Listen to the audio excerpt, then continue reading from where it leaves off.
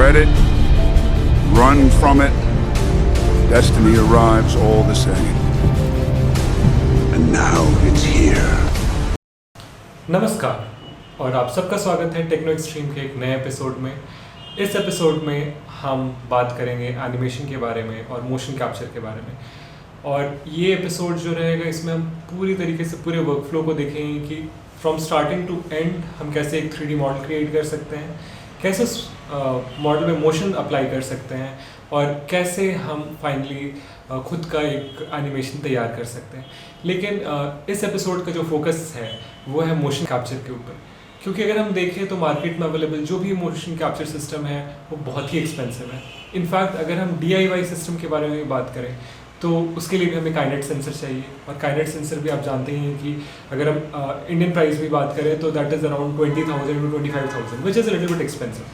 But इस video में मैं आपको एक ऐसा तरीका बताने जा रहा हूँ जिसके थ्रू आप मोशन कैप्चर कर सकते हैं, वो भी फ्री में। आपको चाहिए तो बस एक वीडियो क्लिप जिससे कि आप मोशन एक्सट्रैक्ट कर सकते हैं। तो पहले पार्ट में हम सीखेंगे कि 3D मॉडल हम कैसे क्रिएट कर सकते हैं। तो 3D मॉडल यहाँ पे हम बहुत ही सिंपल मेथड से क्रिएट करेंगे यूजिंग फोटो स्कैन।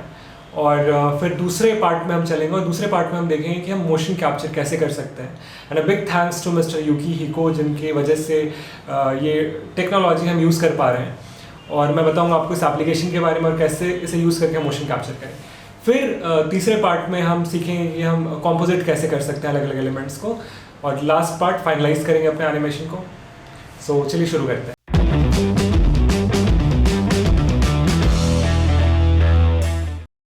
हम स्टार्ट करते हैं 3D मॉडल क्रिएशन से, और यहाँ पे हम 3D मॉडल बनाएंगे मिस्टर थैनोस का। और मिस्टर थैनोस को रिक्रिएट करने के लिए हमें इन्हें रखना होगा इस जगह। यहाँ पे आप देख पा रहे हैं ये जो एक आपको कहीं पे अमेज़ॉन में अवेलेबल है, और केक स्टैंड बोलते हैं इसे। तो केक स्टैंड जो है उसे मैंने यूज़ किया है, और उसके ऊपर मैंने रखा है मिस्टर थैनोस को। अगर आप लेफ़्ट साइड और राइट साइड देखें, यहाँ पे मैंने 2 लाइट सोर्स यूज़ किया है इस मॉडल को प्रॉपरली इल्यूमिनेट करने के लिए। ठीक है, अब करना हमें ये है कि जो केक स्टैंड है इसे धीरे धीरे रोटेट करना है। मैं फोकस करता हूँ, हाँ, इसे धीरे धीरे हमें रोटेट करना है। और रोटेशन, हर एक रोटेशन के साथ मिस्टर थैनोस का हमें पिक भी लेते जाना है। और ऐसा हमें तब तक करना है जब तक हम बिल्कुल 360 डिग्री में इनका एक फ़ोटोज़ ना ले लें। तो 360 डिग्रीज में अगर आप फुल इसे रोटेट करेंगे इस तरीके से, और आपको फ़ोटो भी लेते जाना है, तो around it will capture 50 to 60 pictures, और उससे ज़्यादा भी हो सकता है। बिल्कुल एकदम स्लाइट मूवमेंट के साथ आपको फ़ोटो लेना स्टार्ट कर देना, ठीक है। और ये जो मैंने आप देख सकते हैं जो ग्राफिक्स इसमें आपको दिख रहा है, आपको ट्रायंगल दिख रहा है, आपको ये जो क्रॉस सिंबल दिख रहा है, ये मैंने इसलिए लगाया है ताकि जब मैं इसे इस पूरे पिक्चर को जब मैं कंप्यूटर में कंप्यूट करूँ तो कंप्यूटर महाशय को पता लगना चाहिए कि एक्स एक्सिस कौन सा है, वाई एक्सिस कौन सा है, जेड एक्सिस कौन सा है। तो पहला स्टेज तो हो गया जहाँ पे हम 360 डिग्री में इस एक्शन फिगर का पिक्स लेंगे। एंड नेक्स्ट स्टेज में अब मैं आपको ले चलूँगा अपने कंप्यूटर के अंदर और दिखाऊंगा कि सॉफ्टवेयर में कैसे इसे मैनिपुलेट करते हैं। तो फ्रेंड्स, अब हम बढ़ते हैं दूसरे स्टेप की तरफ, क्योंकि पहले स्टेप में हमने आपको दिखाया कि पहले स्टेप में जो थैनोस जी का मॉडल है उनका 360 डिग्री एंगल से हमने पिक्चर्स लिया अलग अलग। और अब आते हैं इस पार्ट में हम क्या करेंगे कि एक एप्लीकेशन यूज़ करेंगे जिससे कि हम थैनोस जी का 3D मॉडल रिक्रिएट करेंगे। और वो मॉडल क्रिएट करने के लिए हमारे पास n नंबर ऑफ एप्लीकेशंस के ऑप्शन है, जैसे कि मशरूम है, जैसे कि AG सॉफ्ट मेटा शेप है जो कि मैं अभी यूज़ कर रहा हूँ। आप ट्रायल वर्जन डाउनलोड कर सकते हैं। जैसे कि रियलिटी कैप्चर है, आप अगेन ट्रायल वर्जन डाउनलोड कर सकते हैं। अगर आप मशरूम यूज़ करते हैं तो mushroom is free to use. But देखिए, रिजल्ट्स जो है मुझे इस एप्लीकेशन का ज़्यादा अच्छा लगा। तो सबसे पहला जो काम करेंगे वो इस एप्लीकेशन को खोलेंगे जब अपने ट्रायल वर्जन डाउनलोड कर लिया। उसके बाद फिर हम फाइल में क्लिक करेंगे और फिर हम करेंगे इंपोर्ट, या हम ऐसा भी कर सकते हैं कि यहाँ पे वर्क स्पेस में राइट क्लिक करें और ऐड चंक करें। तो हम इस प्रोसेस से क्या करेंगे, पहले पिक्चर्स इंपोर्ट कर लेंगे। पिक्चर्स इंपोर्ट करने के बाद अगर जैसे आप नीचे ये सारे पिक्चर्स देख सकते हैं, यहाँ पे जो बैकग्राउंड है दैट इज़ ग्रीन। तो अगर आपका बैकग्राउंड सेम है तो आप मास्किंग भी कर सकते हैं। और मैं देखिए ये सारे मास्क इमेजेस हैं। अब मैं आपको पूरा प्रोसेस समझा नहीं सकता हूँ सिर्फ एक सिंगल वीडियो में, बट इस वीडियो का मेन मकसद ये है ताकि मैं आपको वर्क फ्लो बता सकूं कि ये वर्क फ्लो ये काम कैसे करता है। और अगर आपको मान लीजिए कोई पर्टिकुलर एप्लीकेशन के बारे में जानना है, आप यूट्यूब में सर्च कर सकते हैं, आपको एन नंबर ऑफ़ वीडियोज़ मिलेंगे। तो इस तरीके से पहले तो हम इस जो जितने भी पिक्चर्स हमने लिए हैं इन सबको इस एप्लीकेशन के अंदर इंपोर्ट करेंगे। और पहले स्टेप में हम लोग क्रिएट करेंगे पॉइंट क्लाउड हम क्रिएट करेंगे, जैसे कि आप देख सकते हैं। फिर हम क्रिएट करेंगे डेंस क्लाउड, हम क्रिएट करते हैं। और डेंस क्लाउड में ये बिल्कुल मुझे 3D मॉडल दिखता है, बट देन अगेन ये जो टेक्सचर अभी मैपिंग नहीं हो पाया है, तो टेक्सचर मैपिंग के लिए जो हमें टाइल्ड मॉडल टेक्सचर, जो टाइल टेक्सचर्ड मॉडल जो है वो रिक्रिएट करेंगे। तो ये कुछ हमें ऐसा दिखेगा, ये हम देख सकते हैं। ये तो टेक्सचर मैपिंग के बाद ये मॉडल कुछ इस तरीके से दिखता है। तो आप ये देखिए कि हाँ, एक और चीज़ मैं ये बताना चाहूँगा कि ये जो मॉडल इतना क्रिस्प एंड क्लियर दिख रही है ऐसे है नहीं। एक्चुअली इस मॉडल के ऊपर हमें काम करना पड़ा है, जो एक्स्ट्रा पॉलीगन्स है वो रिमूव करना पड़ा है, वो भी बहुत आसान है। जब आप ट्यूटोरियल्स देखेंगे आपको समझ में आ जाएगा कि हम बहुत आसानी से एक्स्ट्रा पॉलीगन्स रिमूव कर सकते हैं। और फाइनल रिजल्ट मुझे यहाँ पे ऐसा मिला है। तो ये तो पहला स्टेप रहा जहाँ पे हम इस मॉडल को स्कैन करते हैं और एक 3D मॉडल इसका क्रिएट करते हैं। तो चलिए बढ़ते हैं प्रोसेस नंबर 2 की तरफ। और जो दूसरा प्रोसेस है वो डील करता है मॉडल रिगिंग से, ठीक है। तो इस मॉडल को हम कैसे रिग करेंगे, कैसे इसमें बोन्स ऐड करेंगे, अब हम सीखेंगे वो। उसके लिए मैं यूज़ कर रहा हूँ 3ds Max। आप चाहे तो ट्रायल वर्जन डाउनलोड कर सकते हैं 3ds Max का और यूज़ कर सकते हैं। तो यहाँ पे आप जैसे देख सकते हैं कि ये जो थैनोस जी का जो मॉडल है इसे हमने इम्पोर्ट किया है, ठीक है। इसे हमने एक्सपोर्ट किया था AGSoft मेटा शेप में। आप अलग अलग फॉर्मेट्स में एक्सपोर्ट कर सकते हैं, जैसे कि FBX हो गया, जैसे कि OBJ हो गया। यहाँ पे मैंने OBJ मॉडल में विद टेक्सचर मैंने एक्सपोर्ट किया और उसे फिर इंपोर्ट किया यहाँ पे 3ds Max के अंदर। और आप देख सकते हैं इस मॉडल के जो नाम है OBJ टेक्स, ठीक है। तो ये मॉडल हमने इंपोर्ट किया। अब आप बोलोगे कि सर आप जब एक्सपोर्ट कर रहे थे AGSoft मेटा शेप से, तो ये जो मॉडल है इसका पोस्चर दूसरा था, हाथ दोनों ऊपर की तरफ थे, अभी ऐसा पोस्चर कैसे है? तो इसके लिए मैंने क्या किया कि दोनों हाथ को कट किया मैंने और फिर मैंने वेल्डिंग के थ्रू उसे वापस से इस मॉडल को इस पोस्चर में मैंने दोनों हाथ को जोड़ दिया। तो इसके लिए अगेन आप वेल्डिंग से रिलेटेड, आप 3ds Max में वेल्डिंग से रिलेटेड आप कोई भी ट्यूटोरियल देख सकते हैं। N number of tutorials available हैं यूट्यूब में, आपको पता लग जाएगा कि वेल्डिंग कैसे करते हैं। क्योंकि अभी अगर मैं बताऊंगा तो फिर ये अगेन वीडियो बहुत ज़्यादा लंबा खिंच जाएगा, ठीक है। तो हम यहाँ पे ये जो मॉडल है टी पोज अचीव करते हैं हमेशा। क्यों कहा जाता है कि टी पोज में अगर हम कैरेक्टर को रिग करें तो अलग अलग पॉलीगन्स खिंचता हुआ नहीं दिखेगा। जैसे मान लीजिए हाथ नीचे की तरफ मूव कर रहा है, बहुत बार क्या होता है कि अगर सही पोज में ना रहे और सही रिगिंग ना हो तो फिर क्या होता है, पॉलीगन्स खिंचते हैं, बहुत सारा चीज़ होता है। तो इसलिए हम जो पहला काम ये देखेंगे कि ये टी पोज में। वैसे ही मैंने यहाँ पे क्रिएट किया ये स्केलेटन, और ये जो स्केलेटन है अगेन ये बाइपेड नहीं। आप बोलोगे सर आप बाइपेड क्यों नहीं यूज़ करो? देखिए बाइपेड में यूज़ कर सकता था, बट यहाँ पे जो मेरा मोशन फाइल्स है वो FBX फॉर्मेट में है। और मुझे नहीं पता, अगर आप लोगों को पता होगा तो बताइए कि मैं मैप कैसे करूँ FBX फाइल को बाइपेड में। तो मुझे ये लगा कि जो FBX है उसे एक तरीका था, इसे मैंने YouTube से ही जाना कि इस तरीके से मैं कैसे FBX फाइल को अटैच करता हूँ कैट रिग से। तो ये जो रिग है ये कैट रिग है। देखिए आप इसको कैसे क्रिएट कर सकते हैं। आप माउस के कर्सर को देखिए, यहाँ पे इस सेक्शन पे आप आइए और यहाँ पे आपको कैट ऑब्जेक्ट्स मिलेगा। कैट ऑब्जेक्ट्स के थ्रू आप क्रिएट कर सकते हैं हमारा कैट रिग, जो कि है बेस्ड ह्यूमन रिब केज, ठीक है। ये रिग आप क्रिएट कर सकते हैं। इस रिग का जो हाइट होना चाहिए वो आपके मॉडल के हाइट के साथ मैच करना चाहिए। तो जब सबसे पहली बात आप यहाँ पे जब ये रिग क्रिएट करेंगे और इस रिग को भी आप टी पोज में लाएंगे, और मेक श्योर करिए कि आप जो FBX एनिमेशन जो मोकैप फाइल जो आप बनाएंगे, मोशन कैप्चर फाइल, उसमें जो पहला पोज हो टी पोज हो। बहुत ही आसान है क्योंकि आप खुद से क्रिएट कर रहे हैं, आप खुद से बना रहे हैं वो जो मोशन कैप्चर फाइल है।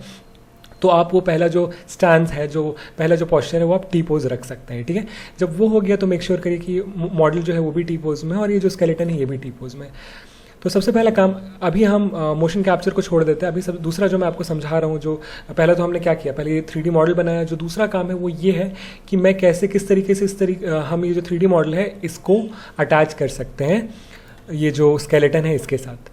और फिर जब हम मूव करेंगे कोई भी पार्ट इसका स्केलेटन का, तो हमारे मॉडल का भी पार्ट जो है वो मूव करेगा। तो सबसे पहले आप इसको अलाइन करिए, ठीक है। यहाँ पे मैंने, आप देखेंगे जब आप बेस ह्यूमन फिगर क्रिएट करेंगे कैट टूल्स के थ्रू, तो वो डिफरेंट रहेगा। वो जो फिगर रहेगा उसमें बोन्स जो रहेंगे इतने चौड़े चौड़े बोन्स नहीं रहेंगे, उसके लिए हमने इसे स्केल किया है सारे बोन्स को, ठीक है। आप यहाँ से कर सकते हैं, देखिए अगर आपको यहाँ पे कोई भी बोन को स्केल करना हो उस बोन में क्लिक करिए और यहाँ पे लेंथ विड्थ डेप्थ दिया हुआ है, आप अपने मॉडल के हिसाब से स्केल कर सकते हैं, ठीक है। जब आपको दिखे कि हर कुछ अलाइन हो चुका है प्रॉपरली, अभी मैं बिल्कुल आपको एक रफ केस दिखा रहा हूँ, क्योंकि अगर मैं डिटेल में समझाने लगा तो अगेन बहुत समय जाएगा।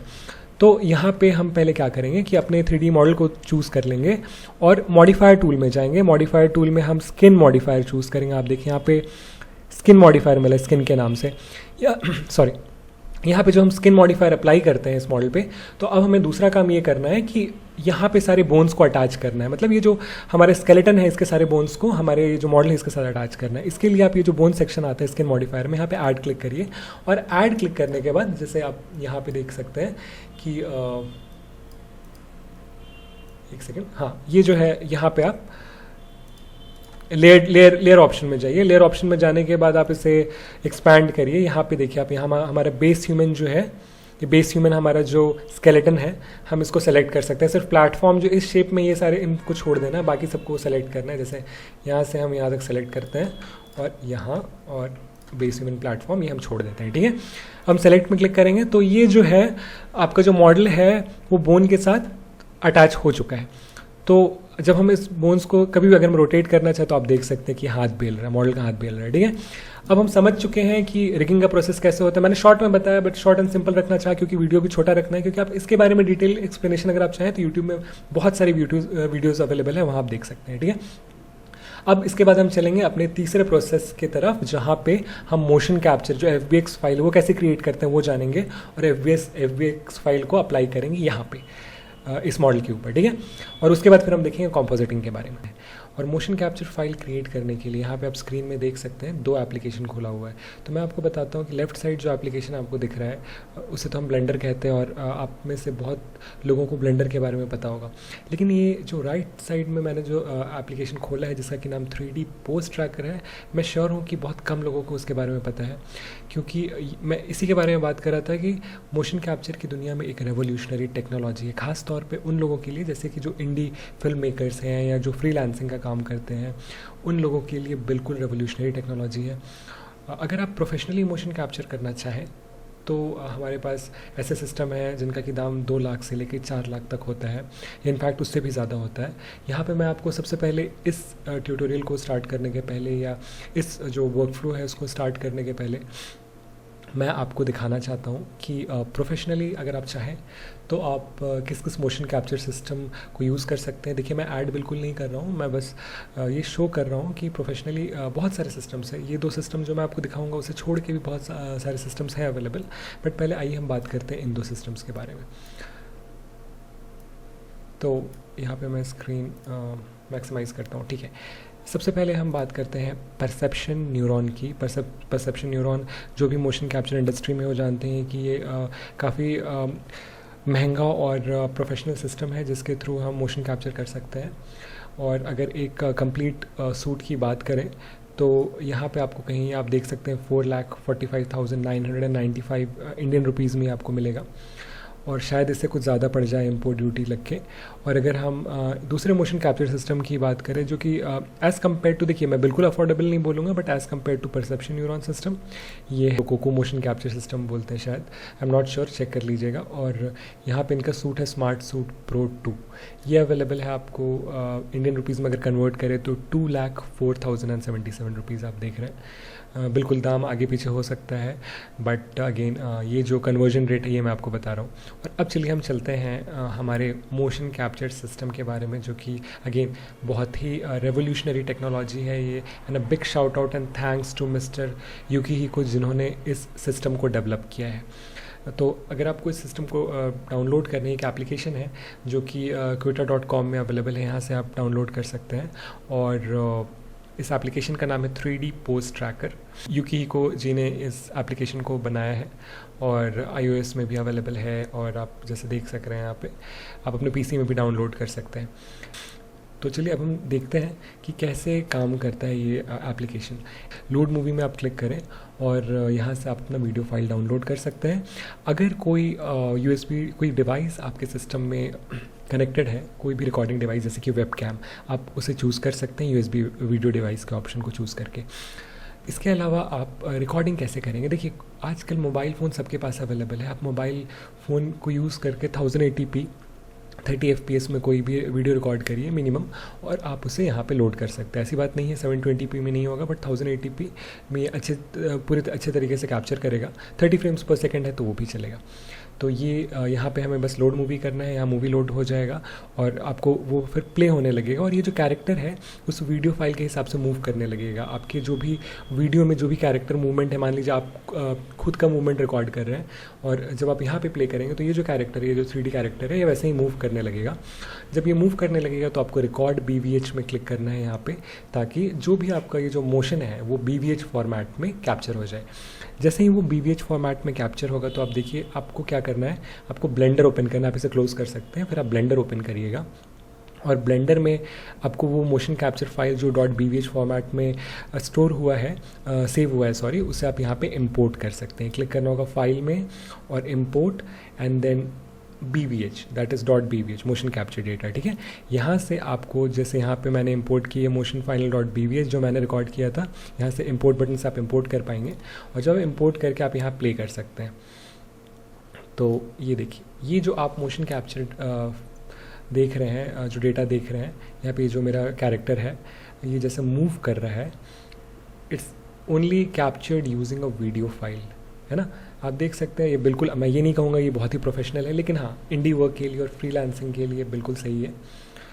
तो यहाँ पे हमने देखा कि हम कैसे इसे इंपोर्ट करते हैं BVH फाइल को, और जब आपको अब जो प्रीवियस ट्यूटोरियल में हमने देखा था कि हमने थैनोस जी के कैरेक्टर को रिग किया।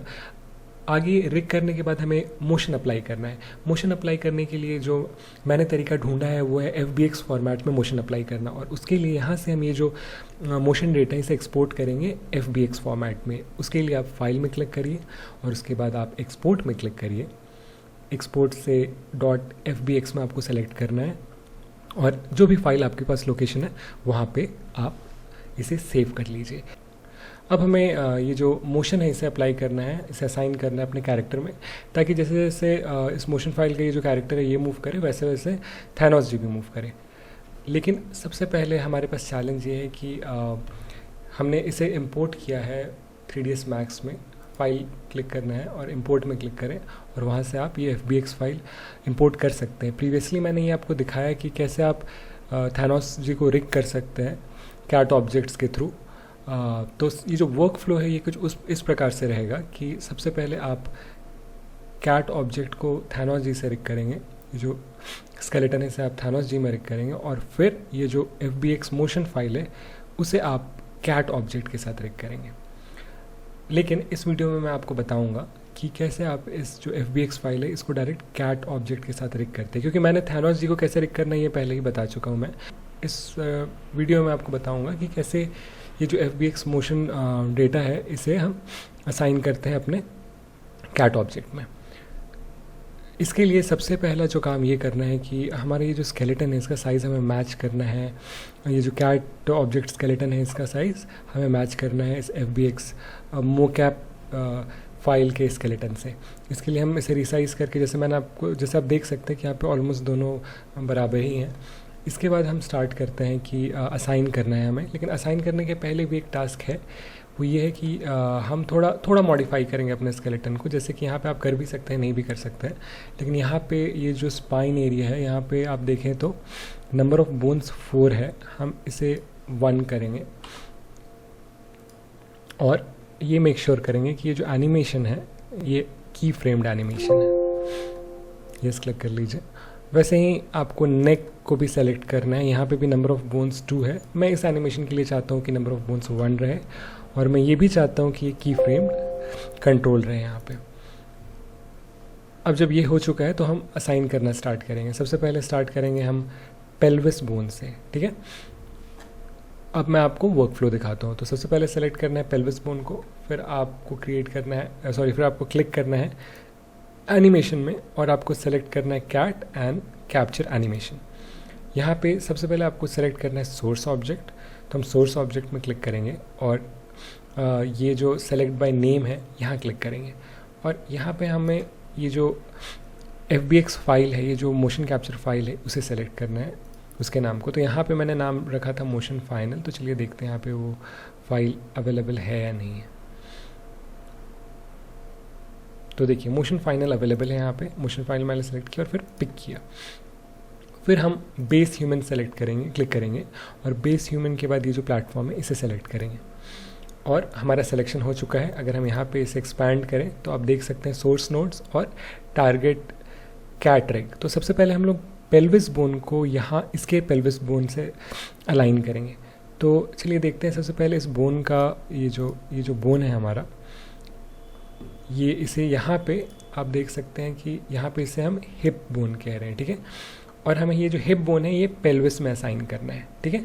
जो यानी कि ये जो कैट रैग का जो पेल्विस है, यहाँ पे हमें हिप बोन को असाइन करना है। उसके लिए हम सोर्स नोड से हिप को सेलेक्ट करेंगे और उसे हमें मूव करना है कैप्चर नोड की तरफ। तो यहाँ आप देख सकते हैं बेस ह्यूमन पेल्विस है, हम इसे यहाँ पे असाइन करेंगे। हमारे यहाँ असाइन इसे करते ही आप देख सकते हैं कि ये कैरेक्टर है, ये बिल्कुल अपने एरिया से मूव हो चुका है। और अब हमें ये जो पेल्विस बोन है इसका ओरिएंटेशन, देखिए ओरिएंटेशन सेट करना बहुत ज़रूरी है, क्योंकि अगर हम ओरिएंटेशन सेट नहीं कर पाए तो ये जो हमारा मोकैप डाटा है, और जब इसे हम अलाइन करेंगे, मतलब जब हम इसे सारे बोन्स को असाइन करेंगे तो मूवमेंट प्रॉपर नहीं आएगा। तो यहाँ पे हम ये पेल्विस बोन जो है इसे थोड़ा सा इसका ओरिएंटेशन सेट करते हैं, ठीक है। देखिए आपका कैरेक्टर इस साइड देख रहा है, तो हम इसे यहाँ मोड़ते हैं, ठीक है। मैं एक रफ आइडिया बस दे रहा हूँ।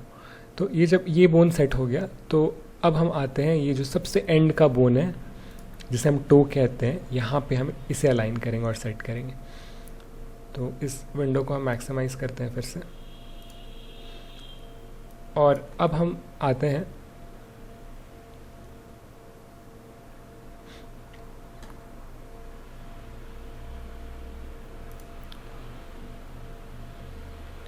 बेस ह्यूमन लेफ्ट फुट में, और यहाँ पे हम जिस सोर्स नोड को असाइन करेंगे वो है, चलिए हम स्क्रॉल करते हैं और देखते हैं, वो है लेफ्ट टो एंड। हम इस बोन को अलाइन करेंगे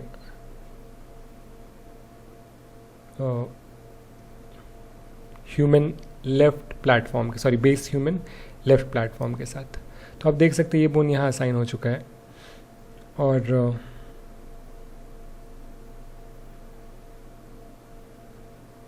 अब हम जो बेस ह्यूमन राइट प्लेटफॉर्म है वहाँ पे यहाँ पे राइट टो एंड को अलाइन करेंगे। तो ये है हमारा राइट टो एंड, और इसे हमें अलाइन करना है यहाँ पे। अगर हम देखें मोशन, अगर हम देखना चाहें तो जैसे ही हम इसे स्क्रॉल करेंगे तो देखिए हमारा ये जो कैट रैग है ये भी मूव कर रहा है बहुत अच्छे तरीके से। लेकिन हमें इसे अलाइन करते जाना है, और ऐसे ही हमें हाथों को भी अलाइन करना है। तो बस इसी तरीके से आगे बढ़ना है, और जब हम इसे पूरी तरीके से अलाइन कर लेंगे तो जो भी FBX ये जो मोशन कैप्चर फाइल है इसमें आपका कैरेक्टर जैसे मूव कर रहा है, आपका कैट ऑब्जेक्ट जो है वैसे ही मूव करेगा, और ये थैनोस जी जो है वो भी वैसे ही मूव करेंगे, क्योंकि हमने पहले ही थैनोस जी को कैट ऑब्जेक्ट के साथ रिग कर दिया है। तो ये था मूवमेंट रिलेटेड वर्क फ्लो। अब हम चलेंगे अपने लास्ट वर्क फ्लो में, जहाँ पे हम करेंगे कॉम्पोजिट। और चलिए आगे बढ़ते हैं और देखते हैं वो कैसे करता है। अब देखते हैं फाइनल कॉम्पोजिशन जो मैंने 3ds Max में तैयार किया है, और इसके लिए मैंने यूज़ किया है ग्राउंड प्लेन। ये जो है ये ग्राउंड प्लेन है, और फिर मैंने कुछ एसेट्स यूज़ किए हैं, 3D एसेट्स यूज़ किए हैं, और ये high definition 3D assets available है मेगा स्कैन लाइब्रेरी में। अगर आपने अनरियल इंजन में साइन इन पहले से कर रखा है तो आप वहाँ से भी डाउनलोड कर सकते हैं, बिल्कुल फ्री ऑफ कॉस्ट अवेलेबल है। आप उसको अलग से भी जैसे मैं यूज़ कर रहा हूँ आप उसे 3ds Max में भी यूज़ कर सकते हैं। आप उसे अनरियल इंजन के अंदर तो वो डायरेक्टली इंटीग्रेटेड है, तो आप mega scan assets directly use कर सकते हैं। और यहाँ पे हमें थोड़ा सा टेक्सचर असाइन करना पड़ता है अगर हम 3ds Max में इंपोर्ट कर रहे हैं मेगा स्कैन एसेट्स को। तो साथ ही साथ मैंने एक कैमरा क्रिएट किया है और कैमरा एनिमेट किया है। तो आप ये देख रहे हैं जो कैमरा मूवमेंट दिख रहा है, साथ ही साथ मैं ये भी कहना चाहूँगा कि ये जो एनिमेशन है ये बिल्कुल ही परफेक्ट नहीं है, बहुत ज़्यादा पॉलीगन टेयरिंग विजिबल है, लेकिन बस इस एनिमेशन को मैंने रफली तैयार किया है ताकि मैं आप लोगों को वर्क फ्लो समझा सकूँ। इसके बाद आप ये जो बैकग्राउंड देख रहे हैं, बैकग्राउंड मैंने रिमूव किया है आफ्टर इफेक्ट्स में, और मैंने बैकग्राउंड में दूसरा एसेट यूज़ किया है, तो वो मैं कभी और समझाऊंगा, लेकिन फ़िलहाल इस वीडियो में इतना ही। अगर आपको अच्छा लगे तो आप ज़रूर लाइक करिए, आप इसे शेयर करिए। देखिए, शेयर करना तो बहुत ज़रूरी है क्योंकि यहाँ पे मैंने मोशन कैप्चर के एक रेवोल्यूशनरी टेक्निक के बारे में डिस्कस किया है। मैं चाहता हूँ कि सब इंडी डेवलपर्स हों या फ्रीलांसर्स हों, सबके पास ये टेक्नोलॉजी पहुँचे, सबको जाने कि हम कैसे मोशन कैप्चर कर सकते हैं बिना कॉस्टली एसेट के। इस वीडियो को देखने के लिए आप सबका शुक्रिया, और अगली बार मिलेंगे टेक्नो एक्सट्रीम में एक नए वीडियो और नए कंटेंट के साथ। To subscribe my channel and to get future notification, click on subscribe and then click on the bell icon.